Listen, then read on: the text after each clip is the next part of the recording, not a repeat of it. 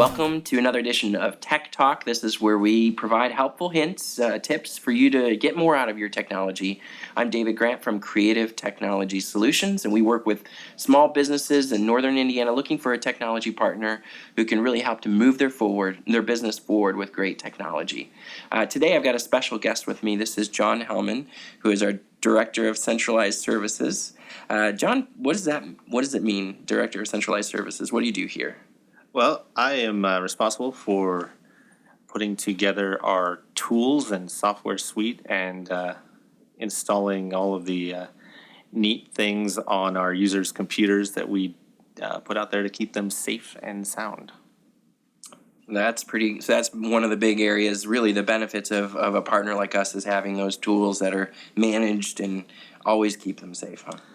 Yeah, we keep everyone up to date. We monitor their PCs, for hardware failures and for just general use problems, and we put our tools out there for security, and we put out some software updates that keep them productive.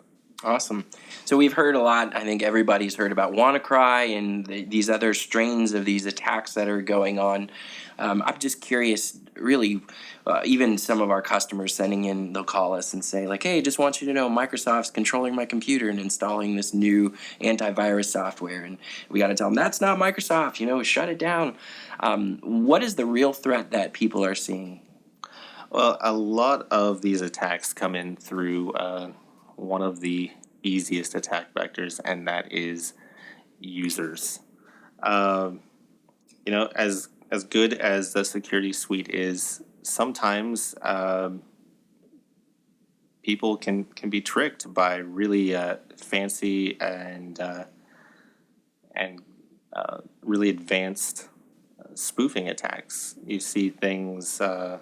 Emails that'll come in and they look completely legitimate at first glance, and people, you're trying to be productive, you're in a hurry, you see that sign-in page, it looks exactly like a sign-in page you've seen 1,000 times before, and all of a sudden somebody else has your password.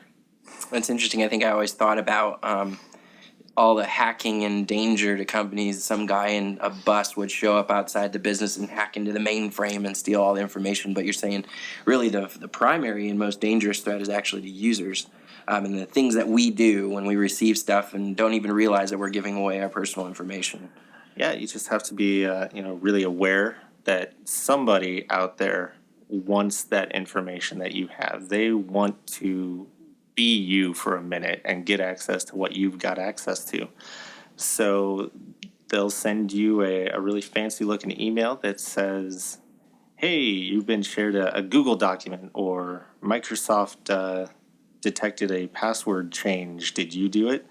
And you don't very carefully examine the links, you can get taken places that you don't want to go. So what tools can we use to protect us from that kind of attack? Well, CTSI deploys OpenDNS umbrella to filter out a lot of the known malware and phishing sites. We also filter out unknown URLs or new URLs, which is one of the things that prevented WannaCry from taking effect. If the website in its code actually resolved, it never loaded. And OpenDNS did that for us. It resolved it to a block page and kept people from actually getting the virus. We also put out antivirus software and with extensions for browsers so that you can make sure that the websites you find in a search are safe.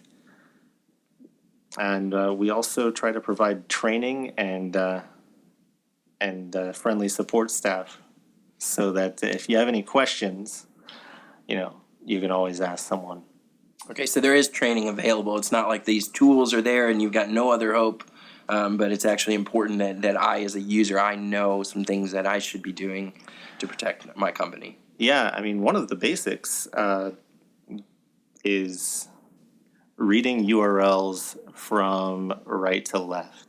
So if you see something like outlook.microsoft.com, you know that .com is the end, and then .Microsoft and .Outlook. So if you read it right to left, you know you're pretty safe there. If you see something like Outlook.Microsoft.com .ru.scary virus, It's a little bit of a hint. then that might be a little bit of a hint. Sometimes it's not that easy, right? It could be like Microsoft or something like that. Yeah, you do have to watch for spelling mistakes or things because computers don't understand spelling errors. So a spelling error is usually done intentionally in those URLs to get you somewhere you don't want to go. Okay, so that's a really good tip. Maybe one more thing. What's something that an individual could do today to keep themselves safe?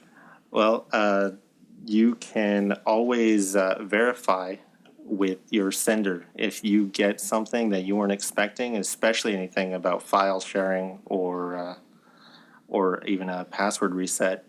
You know, check with it was a file share. Check with the sender. Make sure they meant to send you a file share. And if it's a password reset, always maybe don't click the link directly in the email. Go out to your web browser, go to that service yourself, and make sure that you verify whether or not the password was reset, or verify that your current password works. All right, good hint. Thanks, Jon, for joining us today. And our team, like Jon, we're here to help you when things come up. If you've got questions along the way, our support staff is here to answer your questions. We'd love to be able to help you, provide some training to be able to protect your business, your data from any kind of breaches or attacks. If you'd like to sign up for a free assessment for us to come and learn about your company, you get to learn about us and see if we're a good fit to keep your business safe, go ahead and follow the URL at the bottom of this page and we can take care of you there. Thanks for stopping by again. We hope to see you next time for another edition of Tech Talk.